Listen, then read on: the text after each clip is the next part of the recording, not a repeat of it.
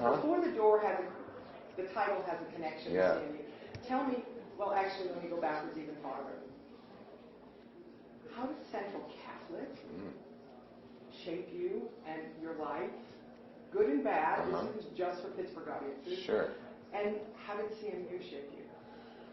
Well, Central Catholic shaped me in a way that it's a very disciplined environment. Academically, it's very rigorous, so I feel like it taught me how to balance my creative pursuits with my academic pursuits, or at least pretend like I was cultivating my academic pursuits. So maybe it made me a better actor because I had to pretend like I was smart. And I could see Carnegie Mellon from, I'll never forget, from my AP English class my senior year at Central Catholic. It faced the campus of Carnegie Mellon. It was third period, and every morning I would just sit there staring out the window, dreaming that I could be a freshman in the drama program there. It was a goal that I had set for myself, having seen productions over the years at Carnegie Mellon and knowing people that were in the drama school there. It was something that I knew I really wanted. But it's a hard school to get into. It is, yeah. But I felt like I understood the foundation of the program in a way. I don't know if that makes sense. I kind of knew what it was about, and maybe that helped me get in, maybe not. I don't know. But Carnegie Mellon was hugely influential in defining me and my understanding of what it means to be an artist and pursue the craft and the vocation. Because it really is about that more than anything else. And I think as we live in a culture that's increasingly obsessed with fame and celebrity, and I was reading a quote that Sting said, I'll butcher it of course, but Sting was talking about the idea of these shows like American Idol and The Voice that catapult people to stardom. And I think there's a lot of value in those experiences for enormously talented people who would never have the exposure otherwise, but it doesn't prepare you spiritually. And I feel like being in a program like Carnegie Mellon, it really gave me a deep understanding and appreciation for the history of drama and acting and the craft, and those are things that aren't necessarily as valued as they used to be. And I think that's an important way in which it shaped me moving forward. When you won that Gene Kelly Award for Best Actor, you're really digging them up. did you know you were going to be a star? Did you want to be a star? I mean, everybody says, no, I wanted to be a serious actor, I wanted to be in theater, but did you really want to be a star? I mean, I think anybody that, it's a good question. I don't know the answer to it. I mean, I really did legitimately want to do good work, but I think anybody that aspires to be an actor, and that at such a young age especially is bitten by the bug, so to speak, there is an element of the exposure and the pageantry of it that is appealing, and fame is just an aspect of that pageantry. There are many other aspects of it too. So I don't know. I mean, it was never, I think if fame was a primary goal, I wouldn't have studied as hard as I did. I wouldn't have gone to a conservatory for acting. I would have probably just moved to New York or LA and tried to make a go of it, or probably moved to LA and tried to make a go of it. But it was, if I was going to achieve that, it was going to be through making decisions, authentic decisions, and pursuing integrity, more than just pursuing the exposure. Speaking of integrity, people in Pittsburgh, in this area, consider themselves as authentic. It's part of their cultural identity. Sure. You made a choice to be full of integrity and to be authentic back in 2011 in almost a matter-of-fact way when you said in the New York Magazine article that you were gay. Do you think of yourself now as having been brave at that time, or more like you were setting the foundation of a time when it doesn't matter? Do you see what I don't think I was setting anything. I think I was standing up.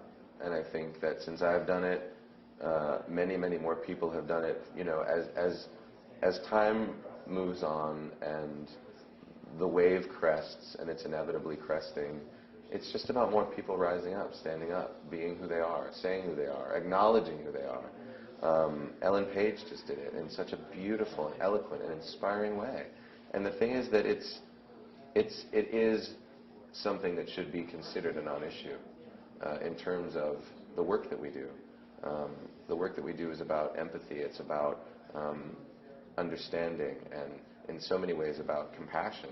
And I think that the more people can stand up as authentic versions of themselves, that's all I did. And that's why I did it in a matter-of-fact way. It's not about me. I am one of, a long line of people who have struggled in their own way and who have confronted that struggle, and in some way, by confronting it in myself, can make it easier for other people. And that's my goal with it, and that's my only goal with it. So as matter of fact as I could be about it, I think that serves the whole purpose. And I think that more and more people are understanding that now. And more people are standing up to say, I will not be limited by other people's narrow-mindedness. I will work to expand their mindfulness and be a part of the world in a meaningful way. You had another struggle. You lost your dad when you were 7. It's hard. How has that affected you as an artist? And just how is it part of your emotional DNA? Well, I think any child that experiences a death that profound is irrevocably shaped by it. The way in which they're shaped by it is in large part up to them as they mature. I feel incredibly lucky that I was supported by people who loved me through that and nurtured me through that and didn't allow me to bear the weight of that burden alone. And as a result, I feel like it defined me in many positive ways. Not to say that I wouldn't choose to have my father back and in my life if possible, but to say that I don't know that I would be as independent or self-possessed as I am and as I was at a young age had that not happened to me. It's so interesting. My dad used to work at Saks Avenue. He was a hairdresser, and he was the manager of the hair salon at Saks Avenue. So walking here today, I was walking past streets that I remember being 5 and 6 years old and walking down with him, And to be back here and to be reminded of that, especially as I'm finishing this play, which is all about memory and, getting away from the place that you came from. I mean, it's all very powerful, and I think that creatively all that stuff adds up, and it has to be a part of the creative experience all the time. It's part of that moving fabric that we're defined by as artists that never fully leaves us, So I feel like I was shaped by it profoundly, and it affects me in ways that are surprising and in ways that I probably wouldn't be where I am today if I hadn't had that.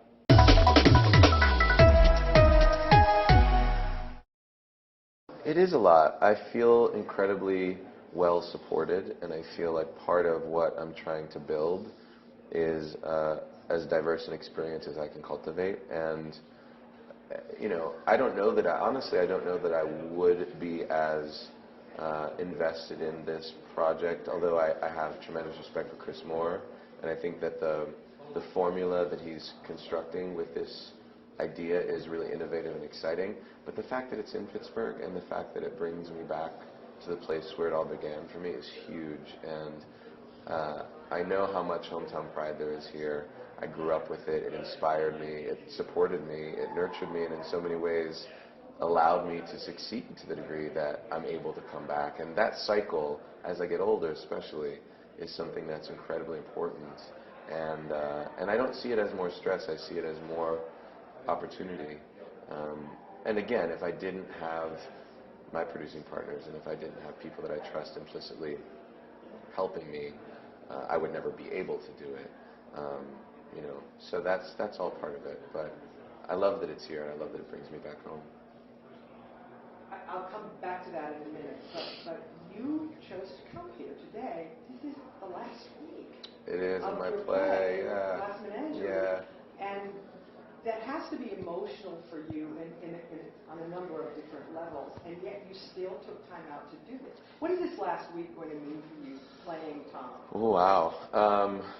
I don't know yet. It's been part of the reason why I came today is because it's literally the only time that I could come in my schedule. I start another job as soon as I finish the play, which is overwhelming in a lot of ways because I don't have the luxury of allowing the end of the play to really settle and to process it in the way that I would if I wasn't going right into something else. So I feel like I'm kind of in overdrive a little bit right now.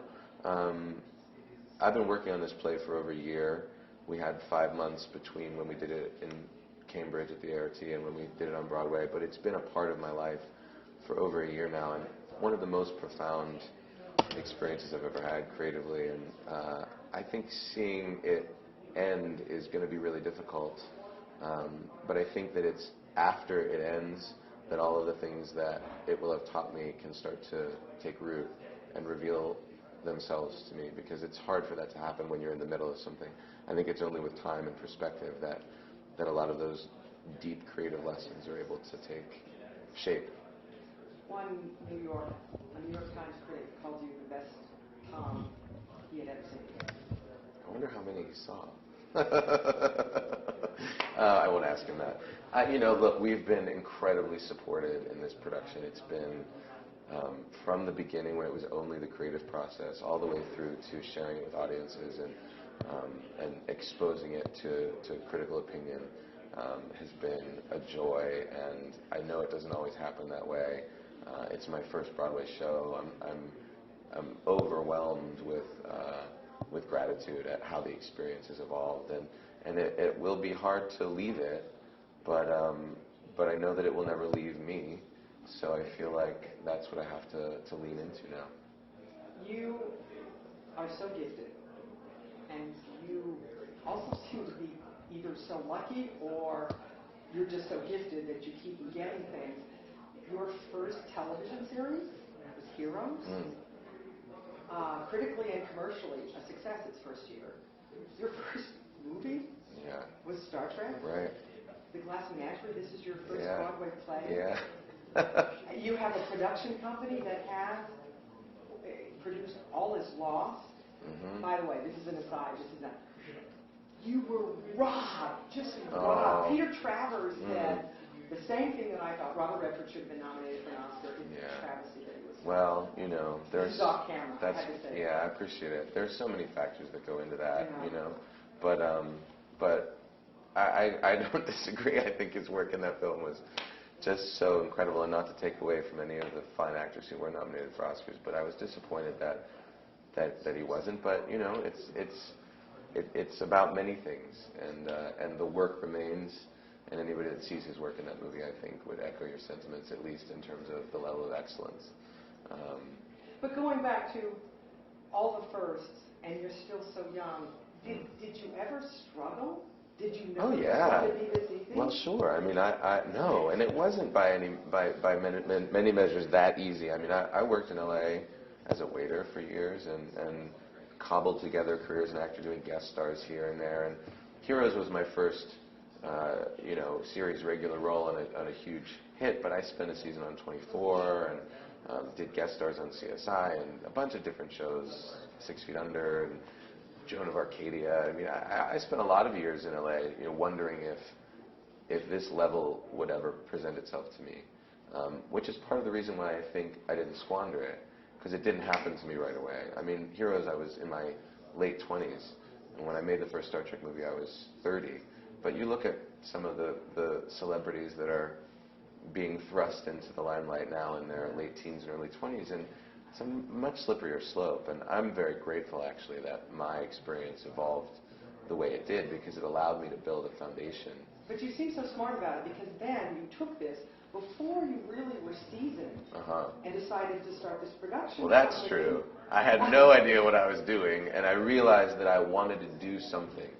And I figured that if I took that exposure that Heroes and Star Trek afforded me, I knew that as an actor alone wasn't necessarily sustainable. Maybe it would be. Maybe I'd be able to build a career for myself, but there were no guarantees. Whereas if I created an infrastructure for myself to have more of a hand in the stories I tell, then I can generate that as long as I need to. That's something that I can perpetuate as long as I have ideas. So it's not about power, it's about creative license? I think so. I mean, for me, I wasn't interested in power at the beginning. I mean, power is an interesting concept. It's an interesting notion, and it evolves as your level of exposure and experience and resources evolve with you.